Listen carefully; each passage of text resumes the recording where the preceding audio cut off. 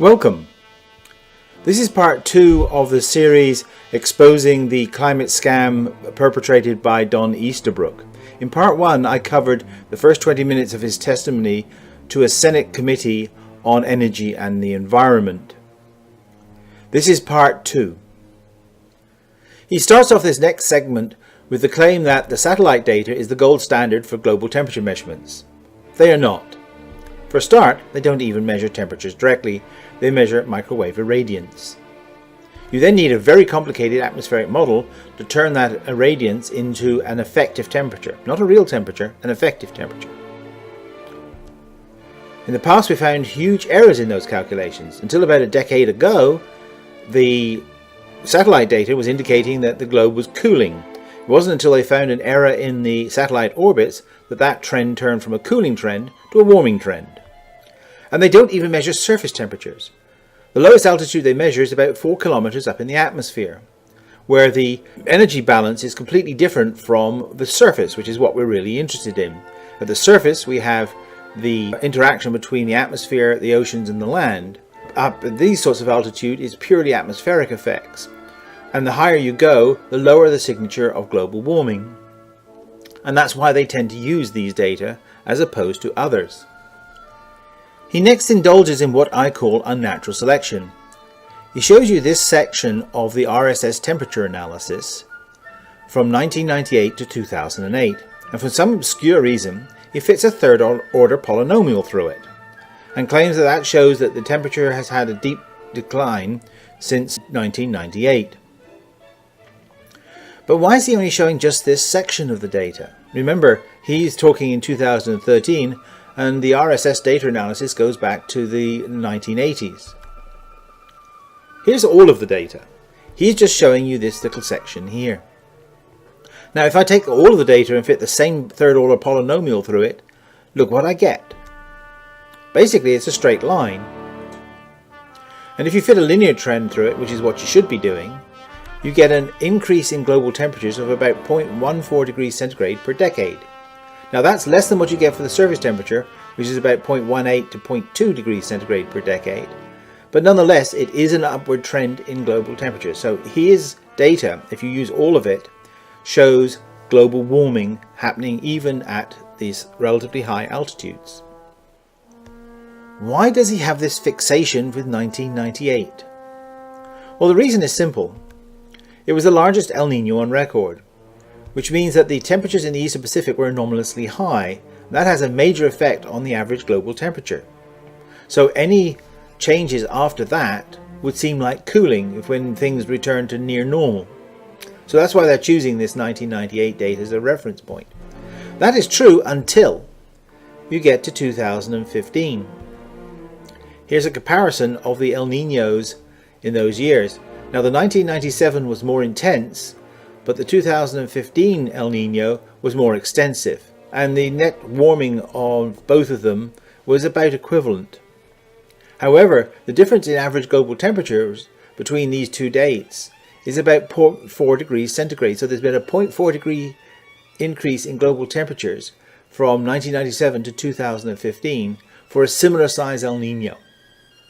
So that again shows there's global warming. If anything, it shows that global warming is increasing. Dr. Easterbrook seems to be suffering from selective memory failure. He states temperatures have not exceeded the temperatures recorded in 1998. Now remember, he's in 2013, and all he had to do would have to go to the NOAA website on climate results, and you'd see this table, and look where 1998 is. Both the years 2005 and 2010 had already exceeded 1998. Now this trend continues. If you look at the current chart, you can see 1998 has slipped even further down the table. All of those other years in this table, you will also note, occurred since 1998. So how can you claim there's been no warming when you keep on setting records? I would like to point out an inconsistency here. And this is true not only of Easterbrook's presentation, but many others from the same sorts of people. In the past, when they thought the data was indicating some sort of cooling or hiatus in global warming temperatures, then they were quite happy with the quality of the data. Now that this is no longer the case, the data is called manipulated or wrong or fudged. They provide no proof of this fudging or manipulation of the data, save to say that they are using the raw data or the original data. Now, as any scientist knows, you cannot use raw data. It means it's uncalibrated and unchecked. It means it could be riddled with errors and have lots of data that is incorrect. So any analysis starts by calibrating the data and getting rid of the bad data. That's what he calls manipulation, and what most scientists call analysis. Dr. Easterbrook says lots of silly things in this video. However, this is one of the silliest things he says so far. There is no ice cap at the North Pole. There's an ocean, so we don't have to worry about it. I'd point out that there is an ice cap and it's called Greenland. It may not be directly at the North Pole, but it's certainly our northern hemisphere ice cap. And it's melting. Now again, I've chosen an image that would have been available to him for his 2013 testimony if he'd wanted to use it. You'll notice the difference between the average in 1979 and 2007 of the areas that are melting on the Greenland ice cap, and most of the interior is not being touched by any melting periods at all. Fast forward to 2012 and even the highest points in Greenland are starting to melt. Next we have a piece of pure deception. He claims that polar bear population has risen from 5,000 to 25,000, so they are doing just fine. What he doesn't state is when these numbers were gathered and what they're about. The actual low was about 12,000 in the 1960s, not 5,000. The 5,000 number comes from an undocumented Russian estimate. The reason why the population became so low is they were being hunted to near extinction. The population over the next few decades rose to 25,000 by 1990, after hunting was banned. But since then, the population has been declining again. Here's the chart. Now again, I've chosen a chart that would have been available to him if he had chosen to use it.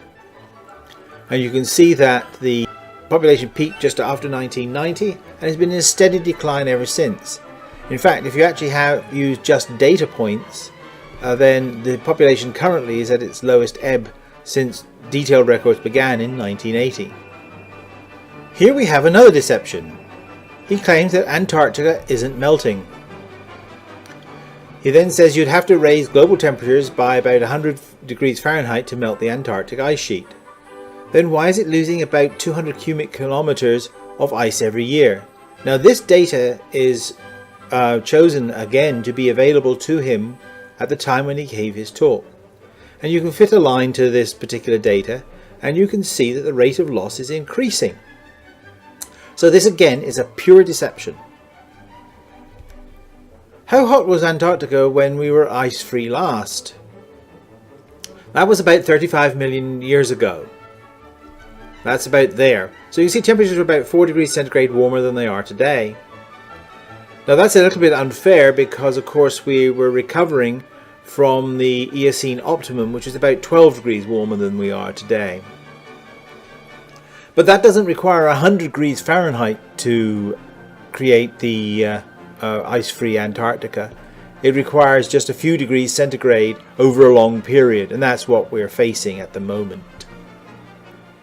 He next states that glaciers retreat in advance. That is true, but he's inferring that the current retreat of the glaciers is just part of a natural cycle, which is not true. He says many of the glaciers have stopped retreating since 1998. Now, I was hard pressed to find very many that had done that, but a true statement would be most of them have not. Most of them continue to reduce in length. But actually length does not really matter for glaciers. What the real issue is how much ice there are in them, because although a glacier may still be the same length, if the amount of ice has dropped in it, then it's melting.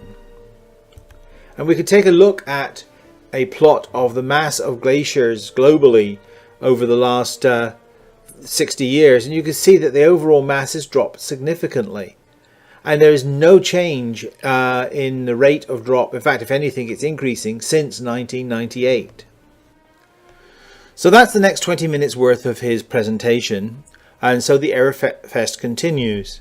We've had more examples of distortion of the facts. We've had misinterpreted data and data that would be highly relevant to his testimony that's been ignored or omitted deliberately. Up next, he claims that carbon dioxide can't be to blame for global warming. That's going to be an interesting one. But for now, bye until next time.